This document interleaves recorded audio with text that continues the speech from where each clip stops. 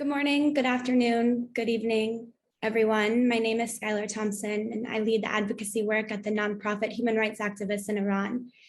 We've been following this issue very closely over the past weeks, and so I'm very honored to be here to moderate the discussion today. I want to thank you for joining this side event in the margins of the 51st session of the Human Rights Council. We're going to discuss an urgent matter of the ongoing violent crackdown of women and protesters in Iran. I just want to flag for everyone that this event is being recorded. It's co-sponsored by the Coalition Impact Iran, a number of international and regional human rights organizations, and by the Permanent Mission of Germany to the United Nations. This discussion is happening as we observe the 19th day of nationwide protests in the Islamic Republic of Iran. Protests that began after the brutal death in detention of Mahsa Jina Amini, a 22-year-old girl who was arrested for allegedly not wearing a proper hijab and who ultimately lost her life because of it. Mahsa, like other women and girls in the Islamic Republic, was treated as a second-class citizen, a challenge women in Iran have faced for over 40 years. The recent largely peaceful protests have been met with excessive use of force, including the lethal use of force and the widespread use of arbitrary arrests. There's also been a widespread disruption of internet, including complete internet shutdowns and the disruption of telecommunication platforms such as WhatsApp and Instagram. Today, we will have the opportunity for panelists to offer updates on the unfolding situation, share their insights and analysis, and formulate recommendations. To do this, I'm honored to have a number of incredibly distinguished panelists and experts in the field, and I'll have the pleasure to introduce them all momentarily. But first, I'm honored to introduce Ms. Louise Amsberg, Federal Commissioner for Human Rights Policy and Humanitarian Assistance at the German Federal Foreign Office, to provide introductory remarks. Ms. Amsberg, the floor is yours. Thank you very much, ladies and gentlemen, colleagues, friends, and partners. A very warm welcome to all of you to this side event on human rights in Iran on the margins of the 51st session of the Human Rights Council. I would like to express my sincere gratitude to everyone who has contributed to making this important event possible over the last few days and at a very short notice. We are all here today, physically or virtually, because we are united by our deep concern about the human rights situation in Iran and in our solidarity with the women of Iran and all other Iranians claiming their fundamental human rights by bravely taking to the streets. We are united in our deep sorrow about the violent and futile death of Jina Mahsa Amini. Women's rights have been and are constantly violated in Iran. Women whose civil and political, social and economic and also reproductive rights are controlled, defined and also limited by others.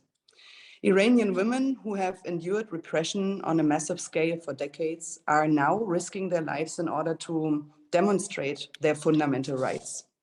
We are united in our solidarity with young Iranians inside and outside of their country. They are the future of Iran. We stand by their side in words and in our actions. The violent death of Jina Mahsa Amini in the custody of the Iranian so-called morality police and subsequent protests have opened the world's eyes to the structural human rights violations Iranians face in their country. The primary victims are, as it is so often the case, women. Over the past weeks, Iranians have bravely raised their voices against the violation of their freedom of expression, freedom of the press, and freedom of assembly, against the death penalty and extrajudicial executions, against torture and forced disappearances and systematic impunity. With great bravery, people from Baluchistan to West Azerbaijan are taking to the streets. The international community must speak out clearly and unambiguously to condemn the violence against demonstrators by the Iranian security forces. Political and civil rights are not something that has been imposed upon Iran from the outside. They are universal. Iran, as a signatory to the ICCPR, has a responsibility to put them into practice. When governments fear their people, they silence them, offline and online. And I call on the Iranian authorities to stop this ruthless violence. Our feminist foreign policy means that we stand in solidarity with the women in Iran and that we call on the Iranian authorities to respect human rights and in particular, women's rights. And I would like to cite our Foreign Minister, Annalena Baerbock, who said, unless women are safe, no one is safe. Women are the backbone of our societies. So no society can function properly without the work and the engagement of women. We rely on women economically, socially, and politically, be it in terms of earning money for directly supporting family members, nutrition and care of our children, as well as elderly, fighting for social justice, or running for office.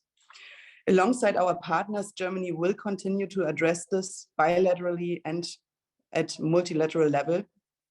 At the EU level, we are working on measures against those responsible for the violent crackdowns. Last week, we joined 50 other states in supporting a cross-regional statement here at the UN Human Rights Council, condemning the flagrant violation of women's rights and calling on Iran to uphold the right to the freedom of expression and assembly.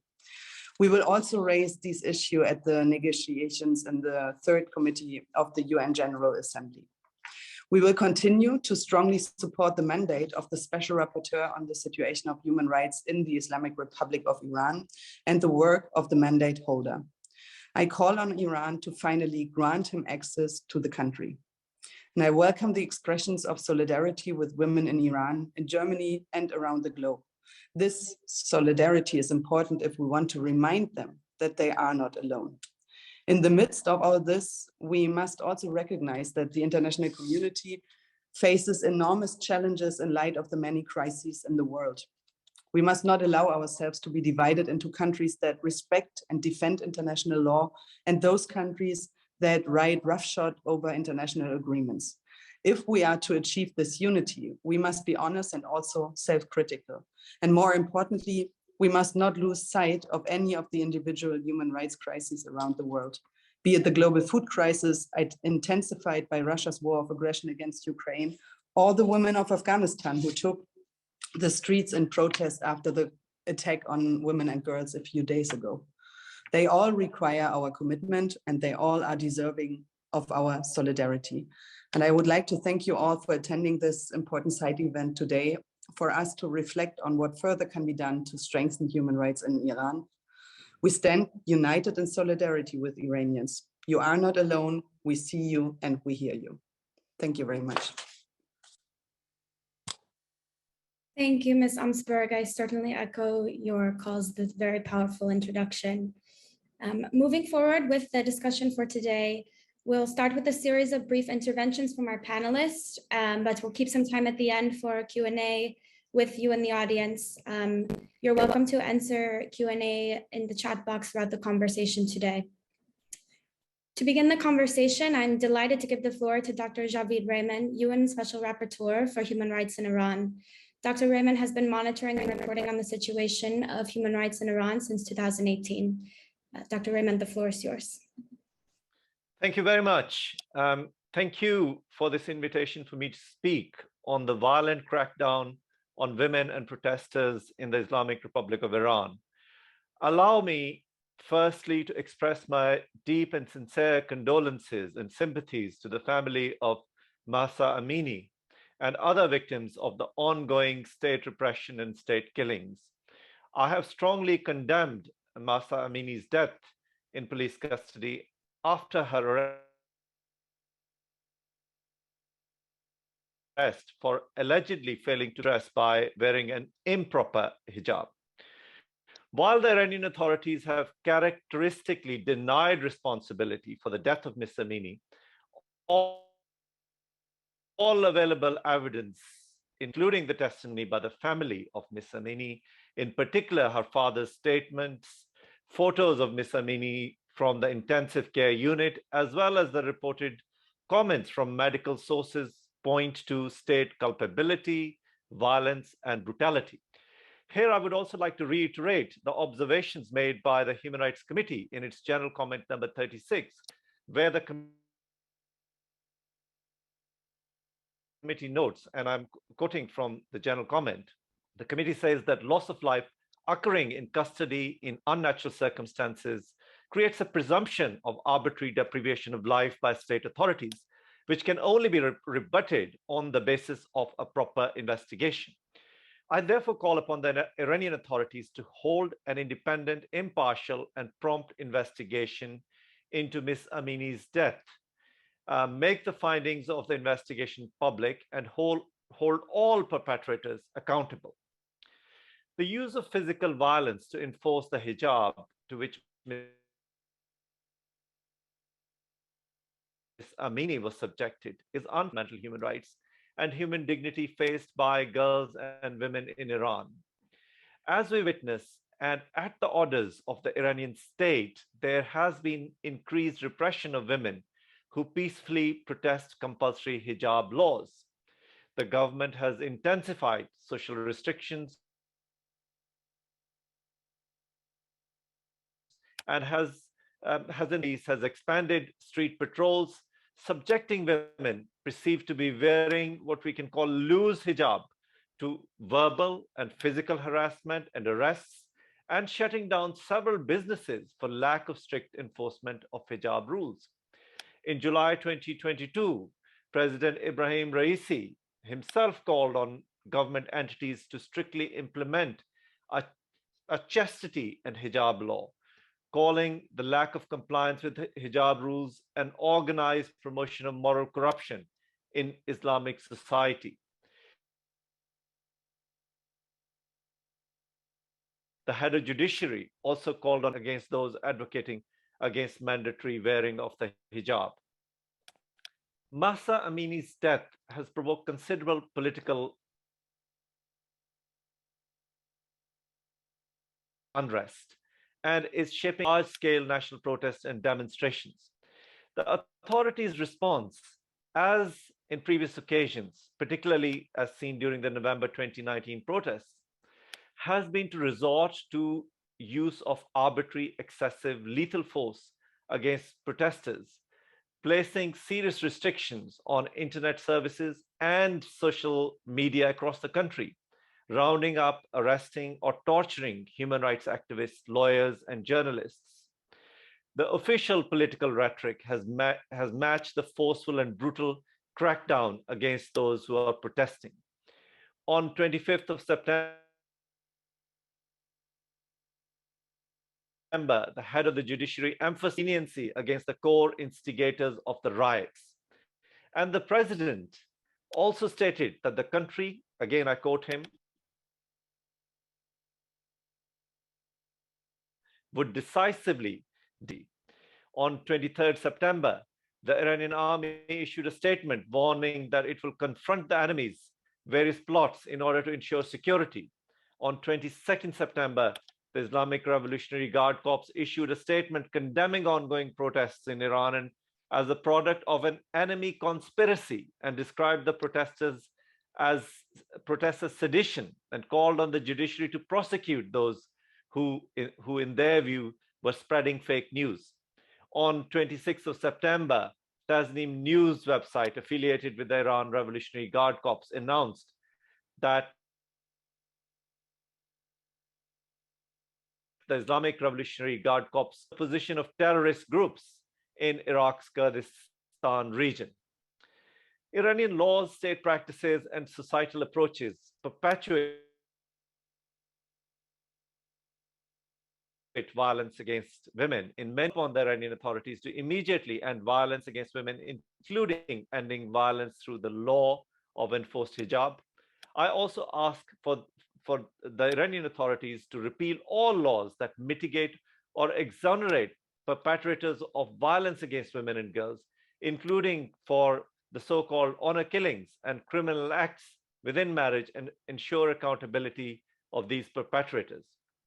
I ask the authorities to immediately implement measures to end child marriages and discrimination against women and girls within all aspects of family laws, ratify the Convention on the Elimination of All Forms of Discrimination Against Women without reservations, and to ensure that legislation and policies are consistent with its obligations. On the issues relating to use of force against protesters, I ask the authorities to immediately stop the use of unlawful, arbitrary, excessive lethal force and all forms of violence, arrests, and detentions of the protesters. It is obligatory upon the Iranian authorities to ensure that their laws, policies, and practices are fully in compliance with international standards, and that all perpetrators of state-instigated violence and human rights violations must be held fully accountable.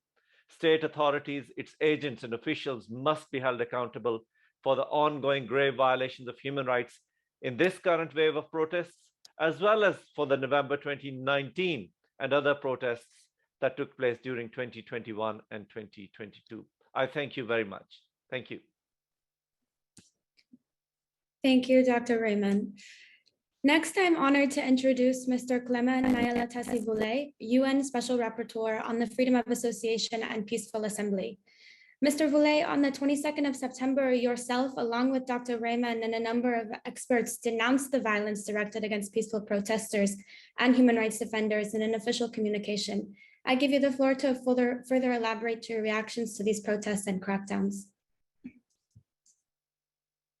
Good morning, good afternoon, distinguished delegates and participants from diplomatic missions, human rights defenders, NGO, and media. Thank you, Scott Thompson, for the introduction, and to all the organizers for the invitation extended to me to join this important event to discuss the deeply concerning situation in Iran. I'm honored to join this panel of experts together with my colleague Javed Rena and others to elaborate and to find a way to ensure that the ongoing killing and repression can be put to end. Let me start first by paying a tribute to the bravery of civil society, human rights defenders and protesters, especially to the women and girls who stand up for their rights and defy oppression in Iran, despite the risk to their lives. As the Special Rapporteur on the right to freedom of peaceful assembly and association, I stand in full solidarity with you. I would like to assure you that I'm monitoring closely the situation in Iran with my colleague Javed, and we continue to call on the Iran authority to respect and protect the rights of Iranians to exercise their freedom of peaceful assembly. I have been closely monitoring the recent and very concerning situation that have erupted after the death in custody of 22-year-old Mahsa Amini, who was arrested on 13 September for allegedly not wearing a hijab in full compliance with Iranian mandatory requirement for how women must dress. Thousands of people have joined anti-government demonstrations throughout the country over the past days to demand accountability for these deaths. Instead of listening to the protester demands and hold accountable those responsible for Mahsa's death, the Iranian authority chose the repression than de-escalation of the tension, causing around 133 deaths, including women and children, and 100 injured across at least 17 provinces, according to several reports. I reiterate my call to the Iranian authority to stop violent crackdown on national-wide protests in an attempt to suppress the protests and silence their call for accountability and respect of women. I'm deeply concerned that many Iranians have been killed, injured, and detained during the protests, including women and children. There seems to be a pattern of Iranian security forces deliberately and unlawfully using lethal force against protesters, such as firing live ammunition, metal pellets, and bird shots at protesters and bystanders. Under the international law, the killing resulting from such unlawful use of firearms are considered deliberate killing and constitute extrajudicial execution. As I have stated many times, firearms must never be used to police assembly or to disperse an assembly. According to the international human rights law and standard, force in the context of assembly could only be used when it is strictly necessary. Lethal force can only be used in case of an imminent threat to the life or serious injury, and only when less extreme means are insufficient to achieve the legitimate law enforcement objective. I would like to recall the joint report issued by my mandate and the Special Rapporteur on extrajudicial killing on the proper management of assembly. Also, the Iranian authority must ensure that the law enforcement in their response to the protests comply with the basic principle on the use of force and firearm by law enforcement officials. Furthermore, I have been informed about a widespread pattern of torture and other ill treatment, including repeatedly and severe beating of protesters and bystanders as a tactic to punish protesters, disperse crowds, and prevent people filming the response of law enforcement. I'm also deeply concerned about reports of sexual assault and other forms of gender-based and sexual violence against women protesters, including grabbing women's breasts and violently pulling women from their hair in reprisal for removing their headscarves. This is unacceptable and constitutes torture.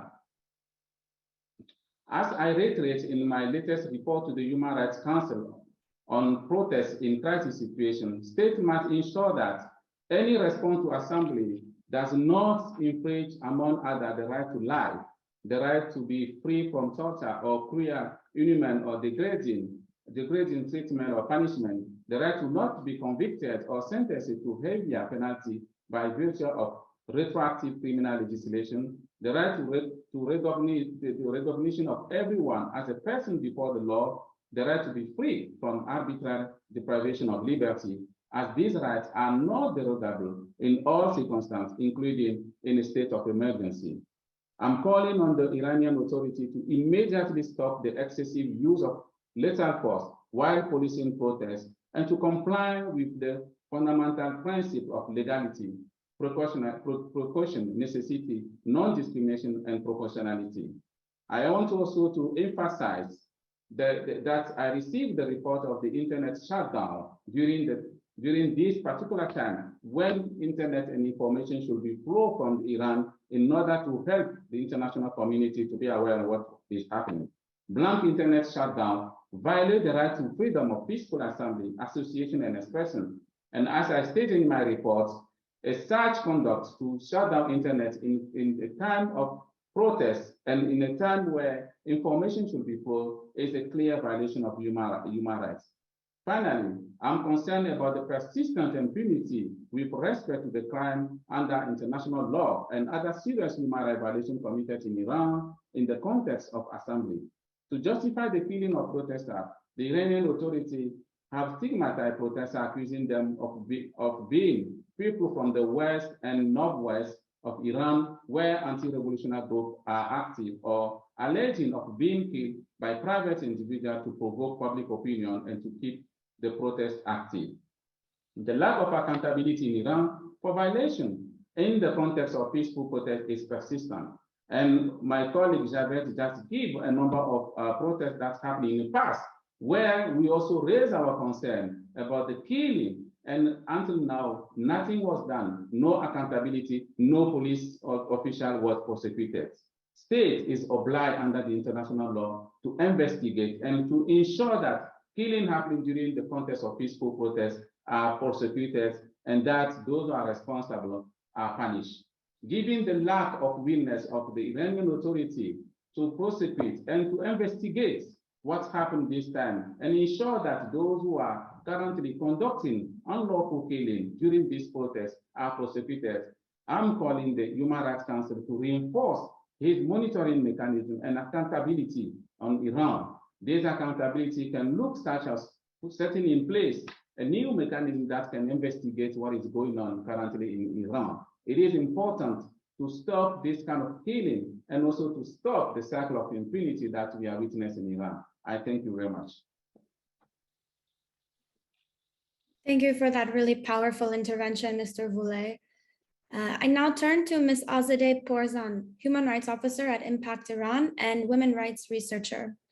Ms. Porzan has researched and published about women rights movements in Iran for several years.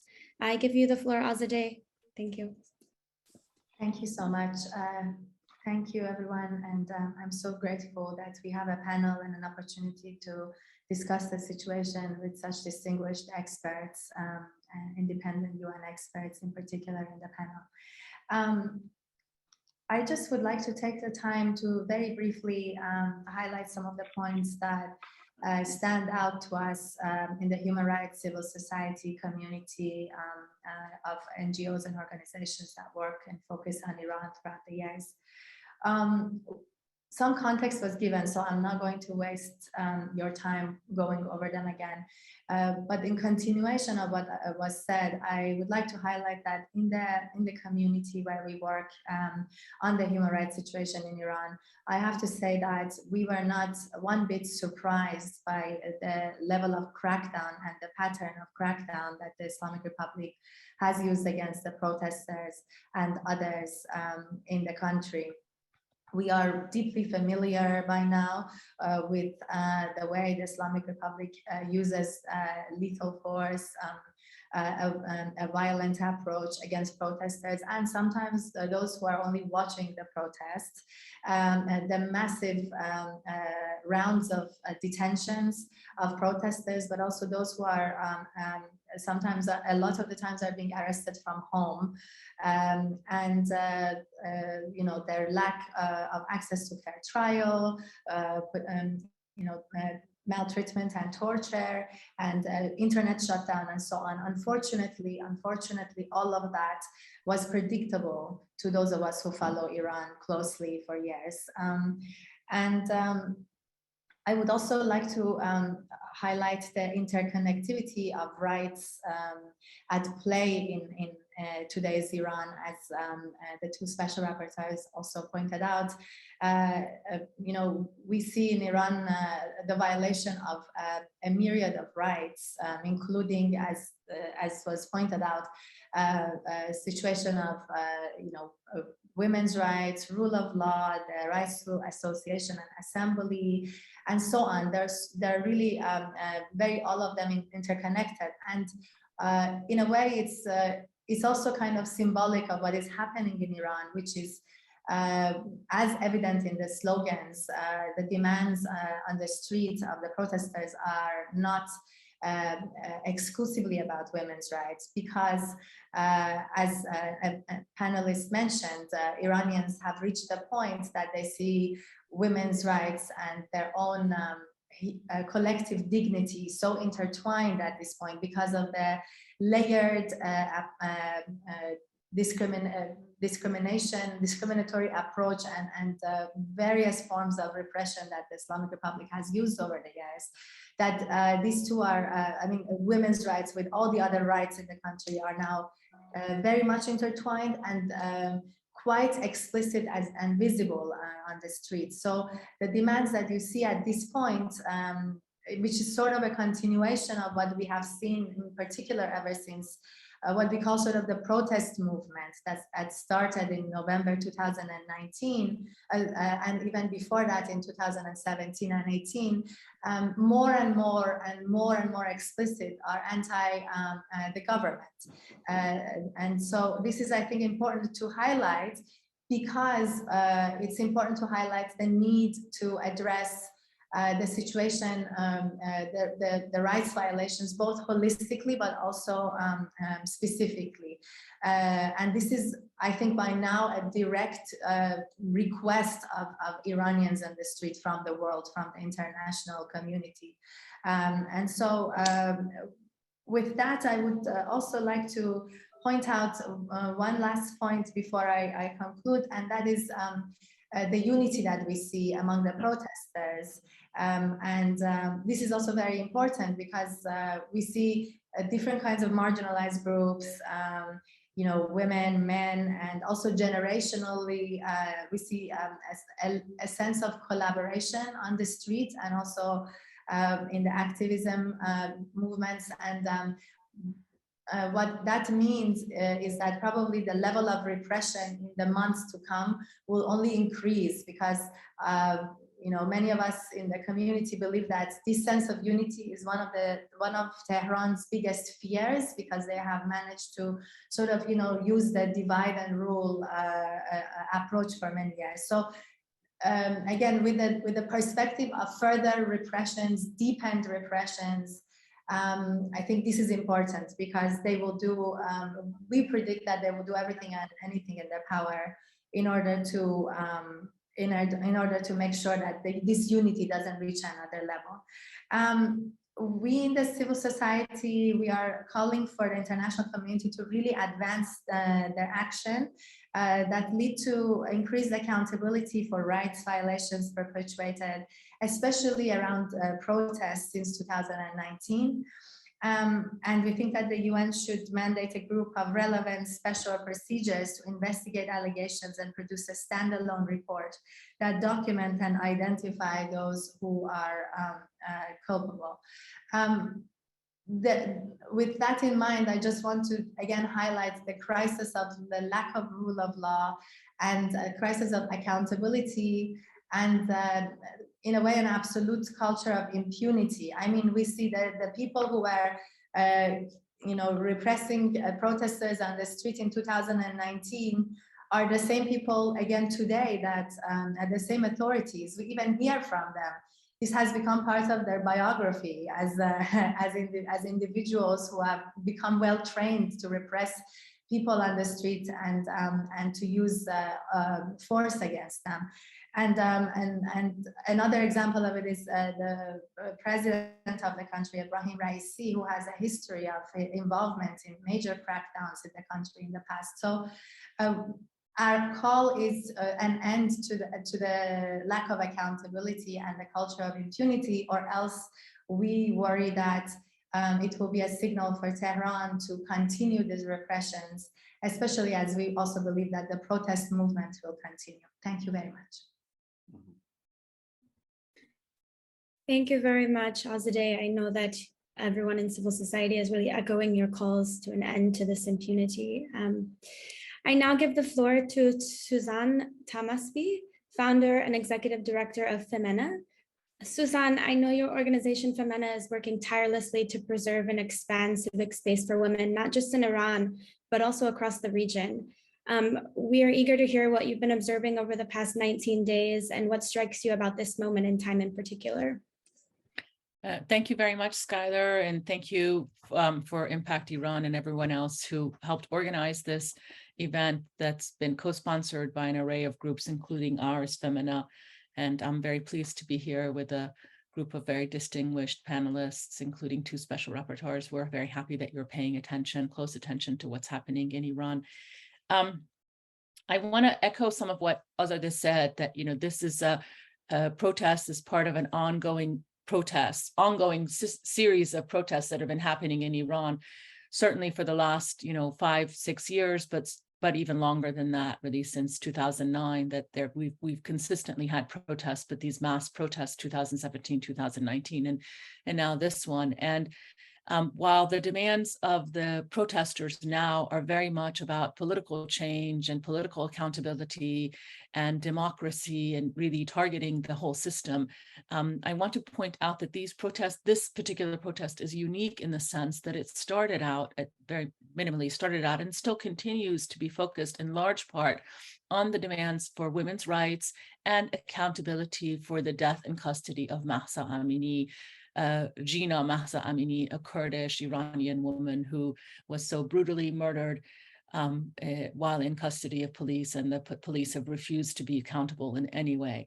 And so in that sense, this is a very unique protest, because while women's groups have held protests demanding rights and end to discrimination for many years, they've never been able to garner national support in this way.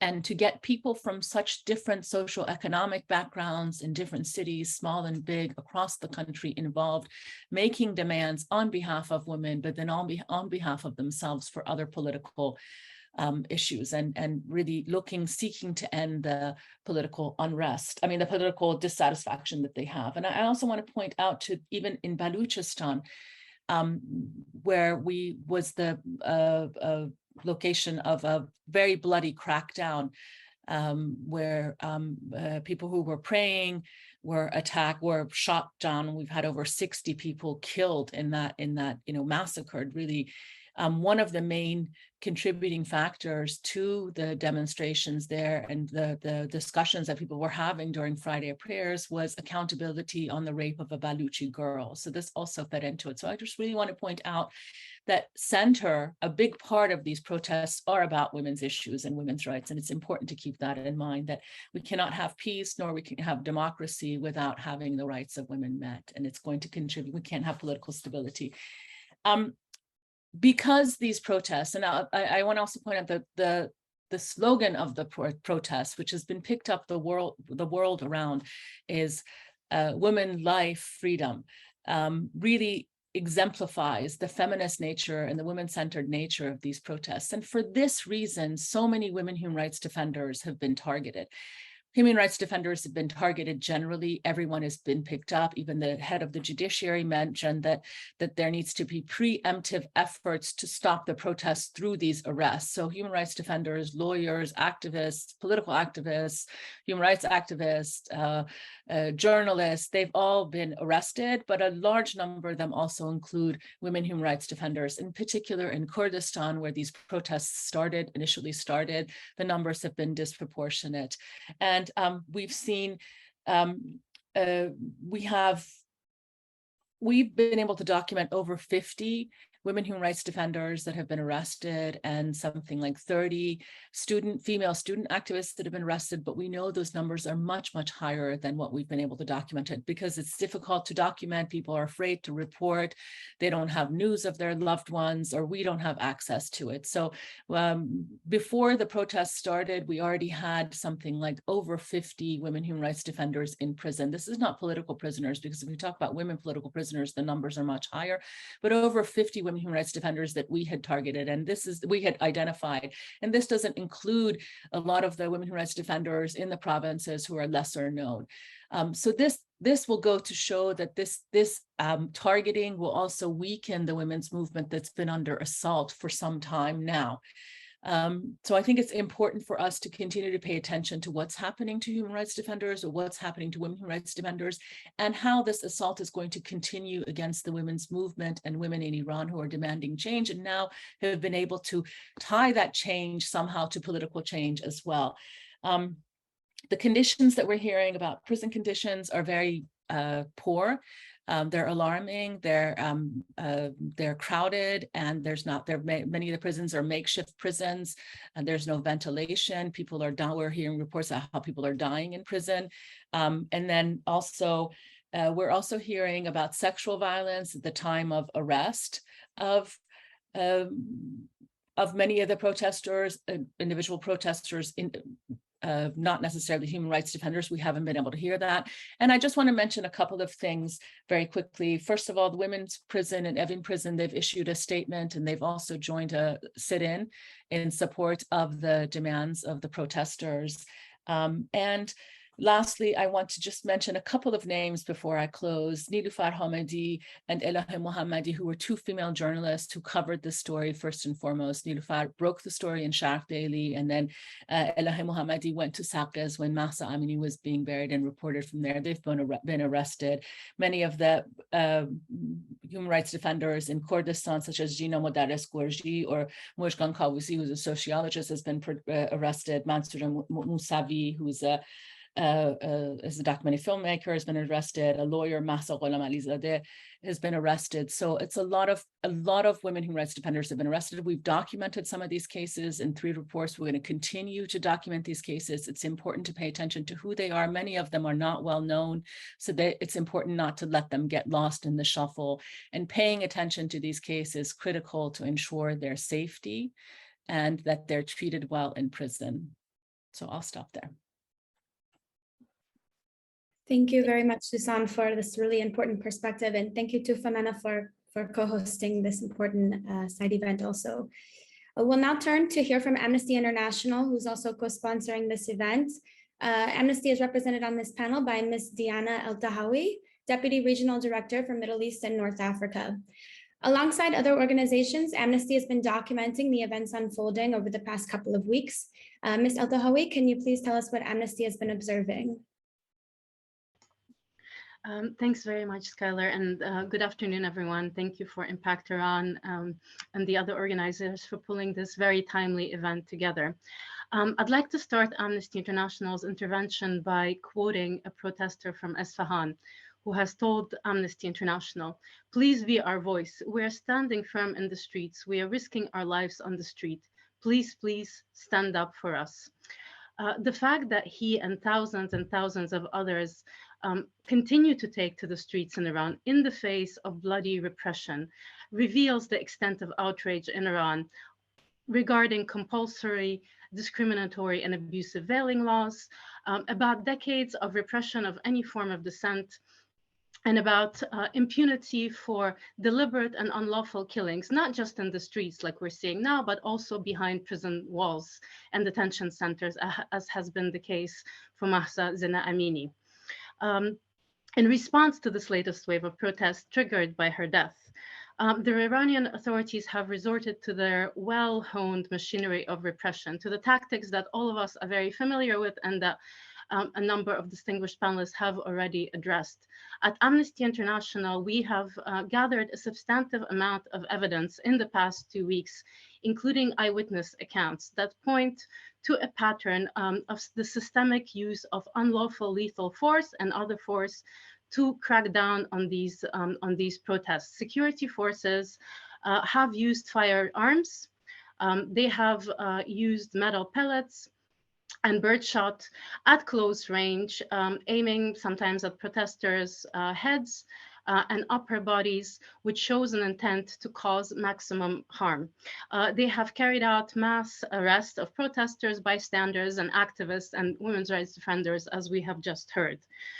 They have brutally beaten protesters in the street and have sexually assaulted many of them. Consistent with past patterns, they have also disrupted internet access in the aim of hiding their crimes.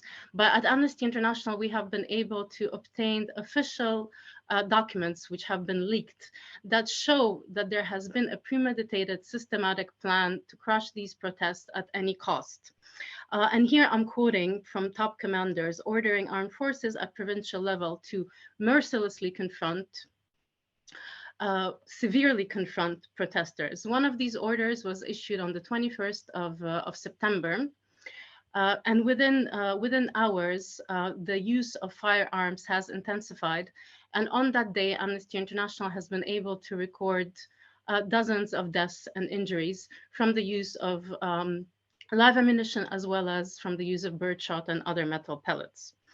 Last Friday, the 30th of September, which is now referred to as Bloody Friday in Iran, the deadliest day on record since this latest wave of protests has begun.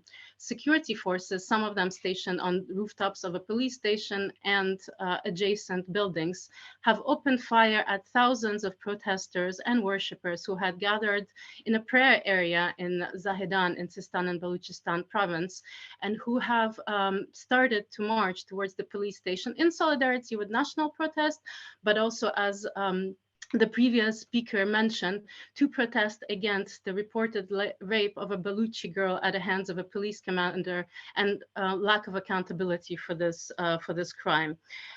In that incident alone, Amnesty International has recorded over 40 names of those killed. Overall, we have recorded 95 deaths, including of women and children. But we fear and we know that the death toll is higher, and we are continuing our investigations to identify additional victims.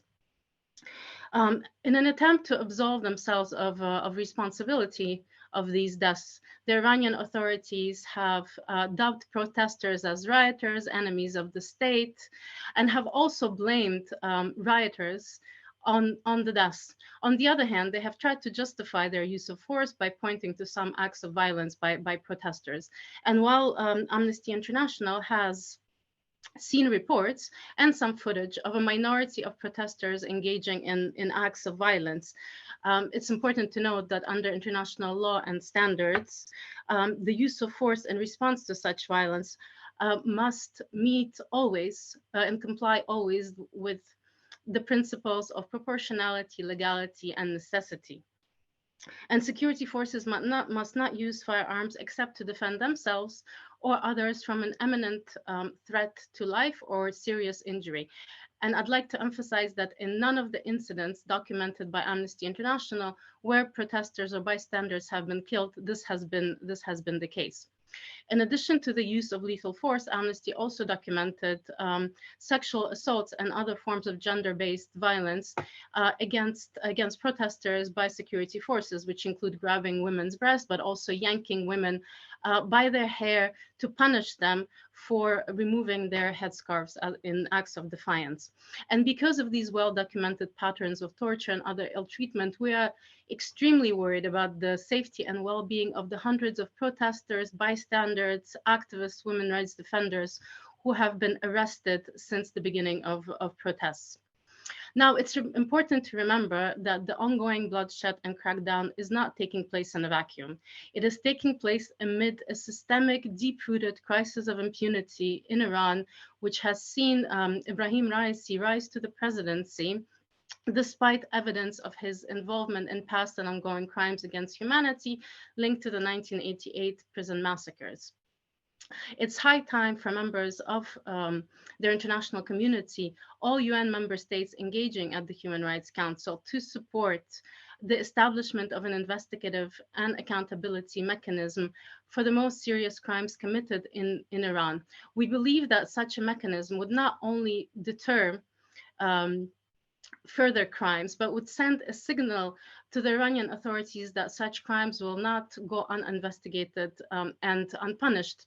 It would also pave ways for accountability and justice, as we know that domestic avenues for that are closed. We believe that this mechanism would complement the mandate of the special rapporteur on the human rights situation in Iran, and given the scale and gravity of violations, additional resources are needed to confront the ongoing cycles of bloodshed and ensure accountability.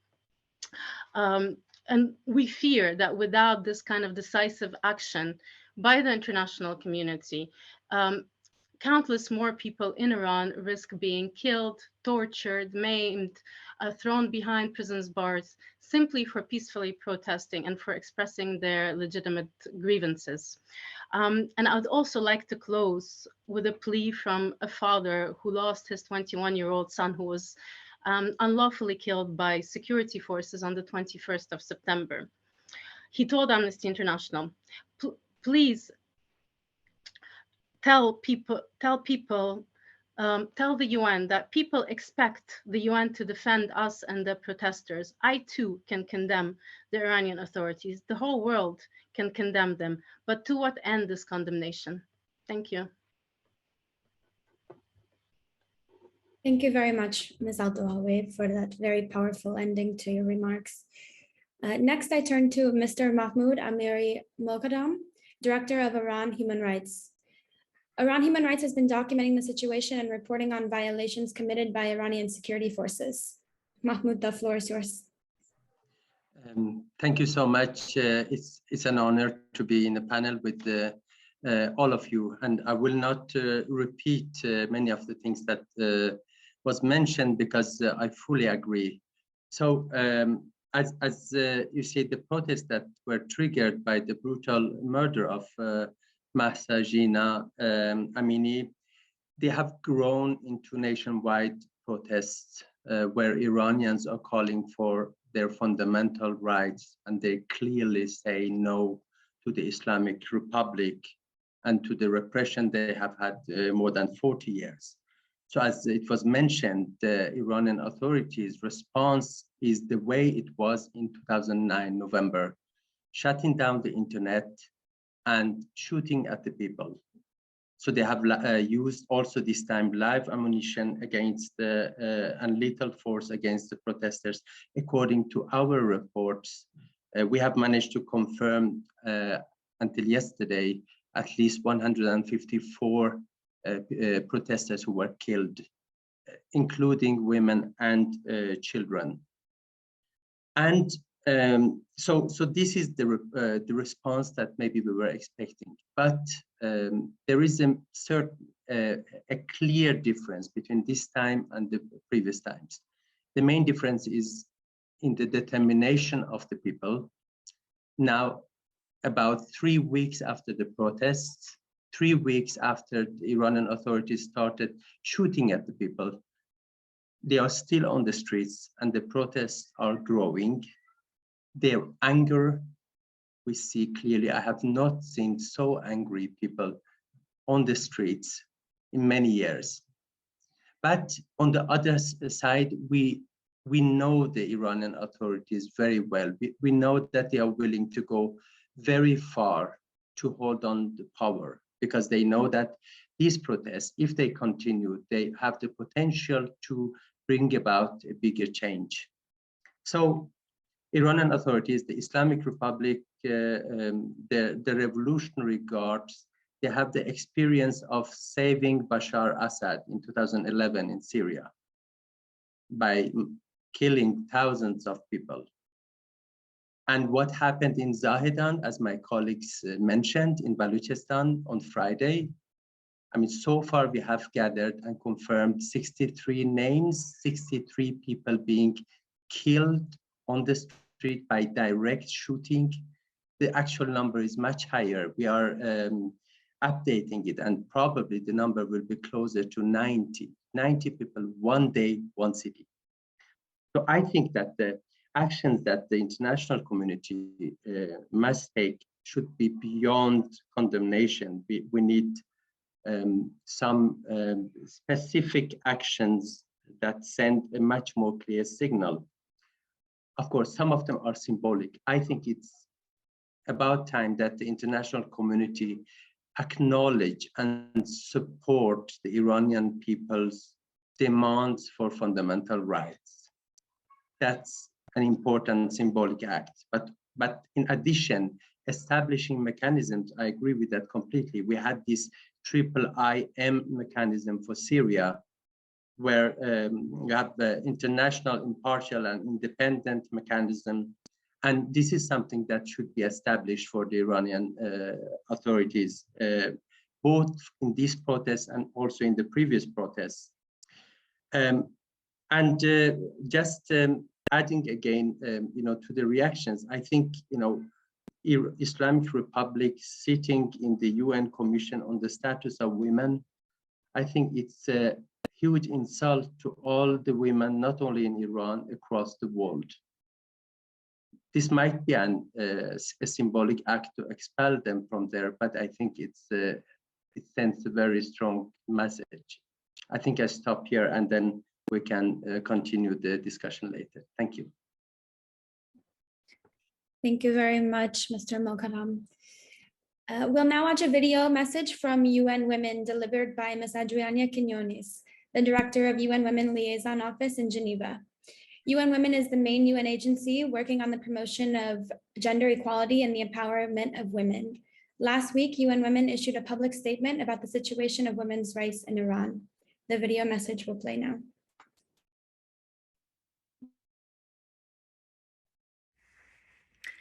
Greetings from UN Women in Geneva. We are grateful for the invitation to be able to share with you UN Women's statement on women's rights in Iran.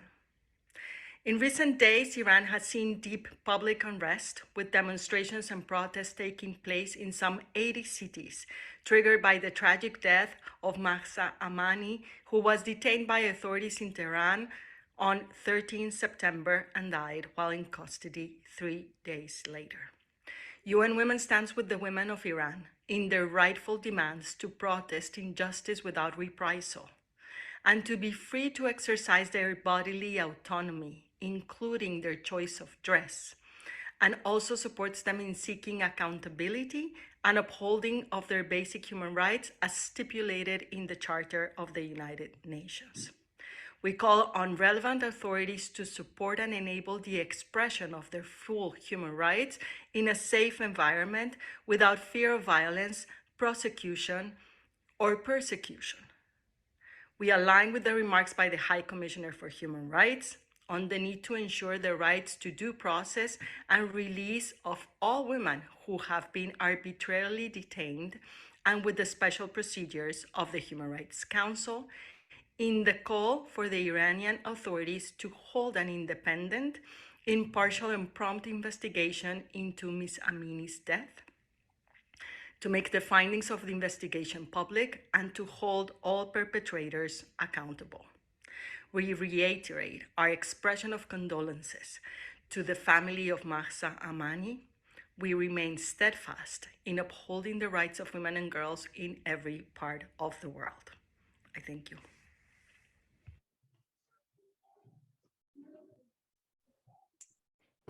Before we turn to the audience for questions and comments, I want to give the floor to Her Excellency Ms. Katharina Stich, Permanent Representative of Germany to the United Nations in Geneva, for some concluding remarks. The floor is yours. Thank you very much. And with a view of the time, I will be very brief. Thank you very much, dear panelists, for your clear words and also for giving us more insight in the situation on the ground. And I am still very much impressed by the powerful voices you gave, and also by the powerful voices you have made heard today. I think it is clear from this discussion that we are all united in our sorrow. We are deeply concerned and saddened by the violent death of Mahsa Amini. And we are deeply concerned about the human rights situation in Iran, especially, but not only, with a view to equal conditions of human rights of women. And we all urge the Iranian authorities to refrain from disproportionate use of force against peaceful protesters. And we call on Iran to respect the human rights of all people. Dear colleagues and dear friends, 2 days ago, we in Germany celebrated our National Day, the Day of Reunification. More than 30 years ago, in our country, people were marching on the streets in East Germany, fighting and singing for freedom. And when remembering this, our Foreign Minister, Annalena Baerbock, drew a direct line from those protesters to those fighting in Iran today. And she pointed out that freedom finally came because of the brave men and women in the streets. Dear colleagues and friends, there is a wave of international solidarity with the courageous women and men in the streets in Iran today. And as Vice President of the Human Rights Council, I find it very encouraging that already 58 states have called on Iran to stop the violence and to fully grant human rights for men and women. And let me conclude by saying, it is our duty to explore how we can stand by the people of Iran. And Louise Ernstberg has pointed out some of the engagement of my own country. The world must not look away, because women's rights are human rights and human rights are not divisible. Thank you. Thank you very much, Ms. Stich, and thank you again to the Permanent Mission of Germany for co-sponsoring this event. We'll extend the time about 15 minutes for those that want to make interventions or questions. So please use the raise hand button in the bottom of your screen, or use the Q&A chat box and we'll call on you that way. Panelists, if you're free to stay on for about 15 minutes, please do so.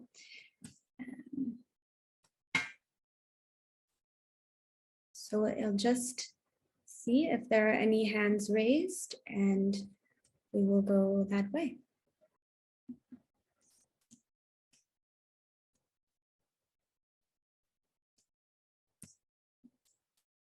Shola Zamini.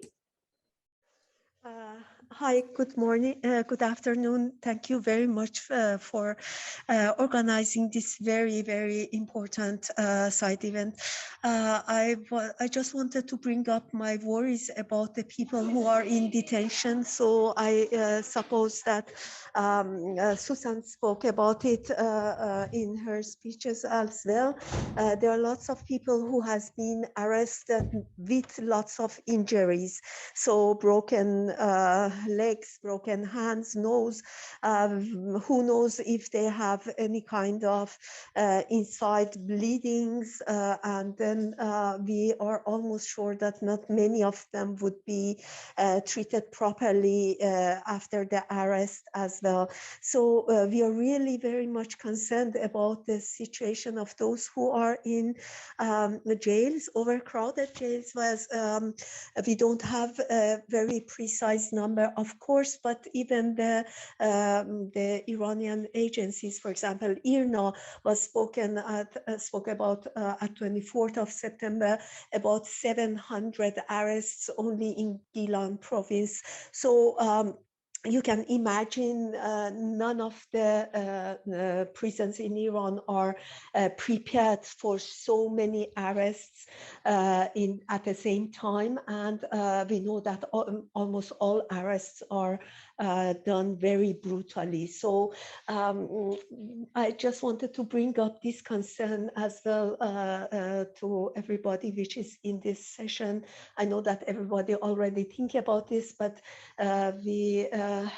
maybe we can somehow put more pressure on the Islamic Republic so that we can avoid the things that happened in Kahrizak during 2009.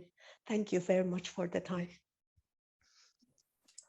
Sholeh, thank you very much for your really insightful comments. I think because we're a little short on time, we'll take, if there's any more interventions or questions, those, and then perhaps we'll come back to the panelists for a reaction in bulk. So if there are any more hands, please use the raise hand function, and then we can come back. Asham Motasani. Hello, everyone. Can you hear me? Yes, we can hear you. Please feel free. Very good. Yeah, there is one recommendation that I wanted, one suggestion that I wanted to raise, considering the irresponsibility and unaccountability of the Islamic Republic regime. There is one action that Amnesty or United Nations or other neutral international organizations can take, and this is to consider organizing a neutral and fair online referendum. This was my suggestion. I understand that this referendum might not have any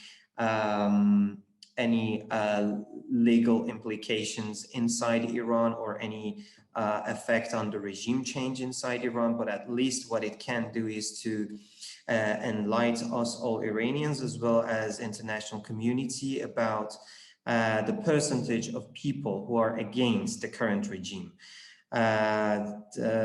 This would be quite helpful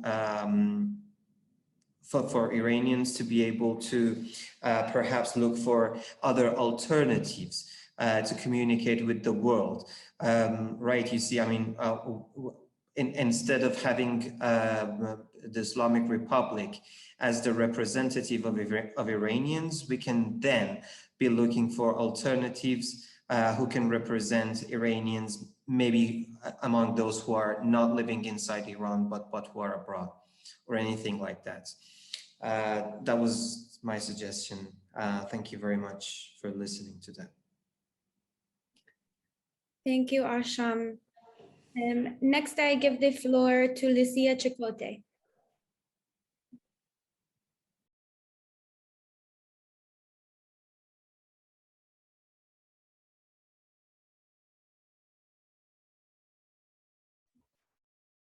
Ms. Chicote, you'll have to unmute yourself if you're able.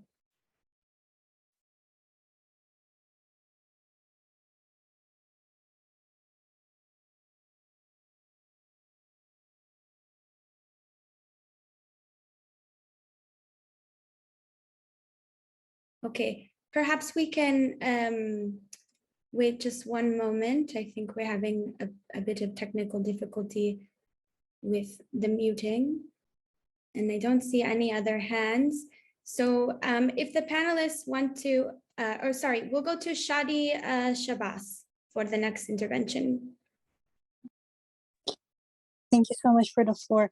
I just wanted to ask, what about the youth dimensions in these protests? Because we have seen a lot of reactions from feminist international bodies, but the youth bodies within the United Nations and across international organizations and neutral mechanisms have been very silent. So this is not a youth issue to them, apparently, even though the average age of the deaths and the detentions are very young.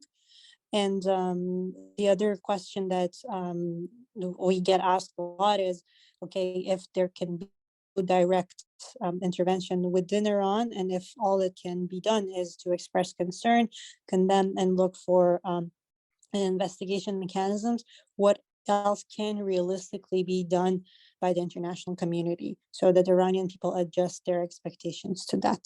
Thank you so much.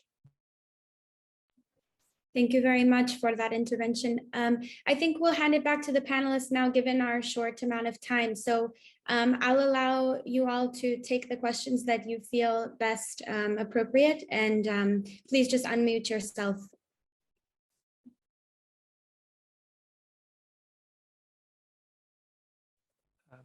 Thank you. If I could just briefly respond. Well, what we have seen, what started as the unfortunate tragic death of the 22-year-old Mahsa Amini ignited some very serious concerns and issues within the Iranian society. There is endemic violence against women, and of course the law on compulsory hijab is one manifestation of that. There are so many. You talk about child marriages, enforced marriages, you talk about gross discrimination against women in all aspects of public life, private life, in family law, even to the extent of criminal laws. You see, when you talk about criminal laws, you have qisas and hudud laws where girls and women are discriminated, even to the extent of blood money. So in that kind of environment, and more broadly, it isn't just confined to violence against women. There is lack of accountability, there is absence of rule of law, absence of democratic governance. People's civil and political rights are persistently and aggressively and egregiously violated.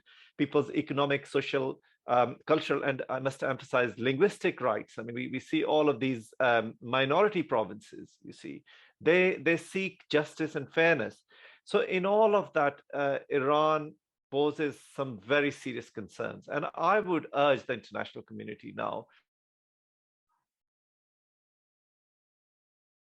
to actually seriously consider it, as well as what the international community and other civil society organizations are saying, what effectively can be done.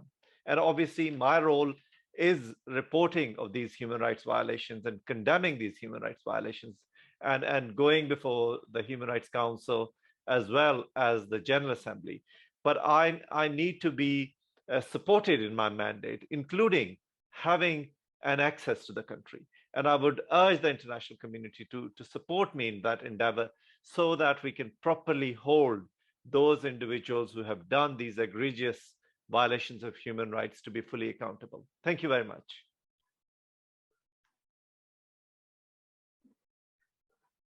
Thank you, Dr. Raymond. And are there any other panelists that would like to respond? Yes, Susan, please go ahead. Hi, thank you. So I just want to pick up on a couple of points that were made. First of all, yes, this is, besides being very focused on women, it's also very focused on youth, as the very young age of protesters, but also those imprisoned and those killed.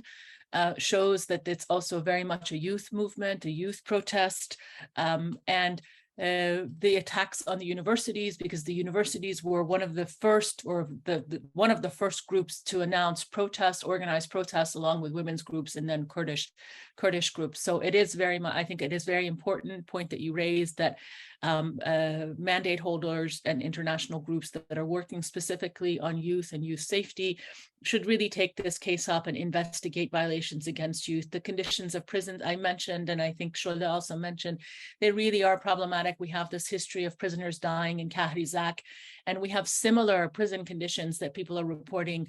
I mentioned Jina Modaresi-Gorji, who's a Kurdish women's rights activist. She, on the Sunday after she was arrested, she called home and said that the conditions under which she's being imprisoned are so bad.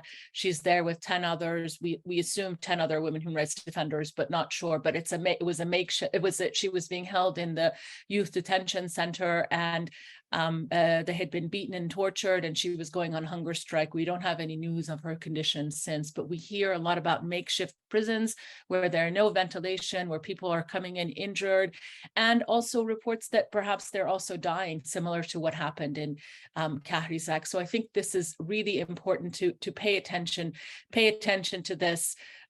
It's important for human rights. We're not a documenting organization. We've taken this up in a crisis situation, but it's important for human rights organizations to really stay abreast and continue to document, and and the UN as well, and to see what happens not only to the human rights defenders, but to ordinary prisoners.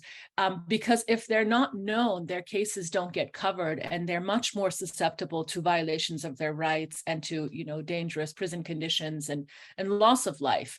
And this has consistently been a grievance on human rights defenders who've said that because, especially if they're in the provinces, they're not as well known, their cases do not get taken up. So this is important. And in terms of the UN, I think,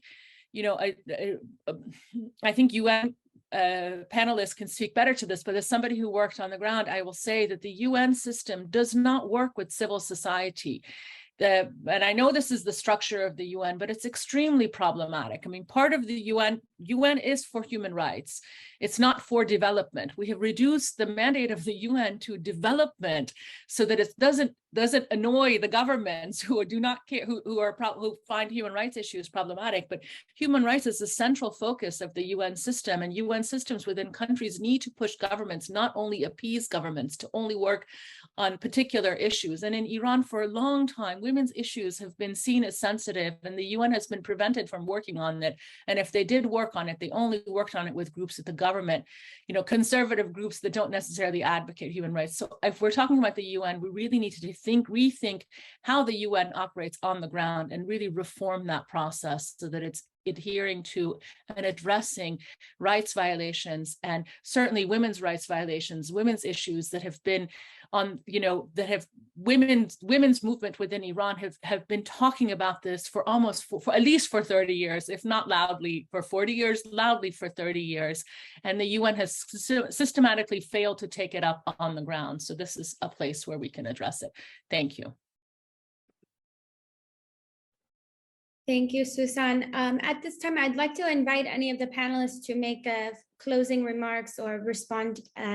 We're coming up at the end of our time here, but please raise your hand if you have any final remarks you'd like to add. Diana, please. Thank you very much. Now I'll try to be brief this time, just picking up on a number of points raised by our audience on the issue of torture and other ill treatment in prisons and other detention facilities. This is a concern that we very much share. And Amnesty International has documented the systemic use of torture, enforced disappearances, unfair trials in the context of the mass arrest that took place in November 2019. So we fear that similar patterns are going to be reproduced unless there's concerted international action.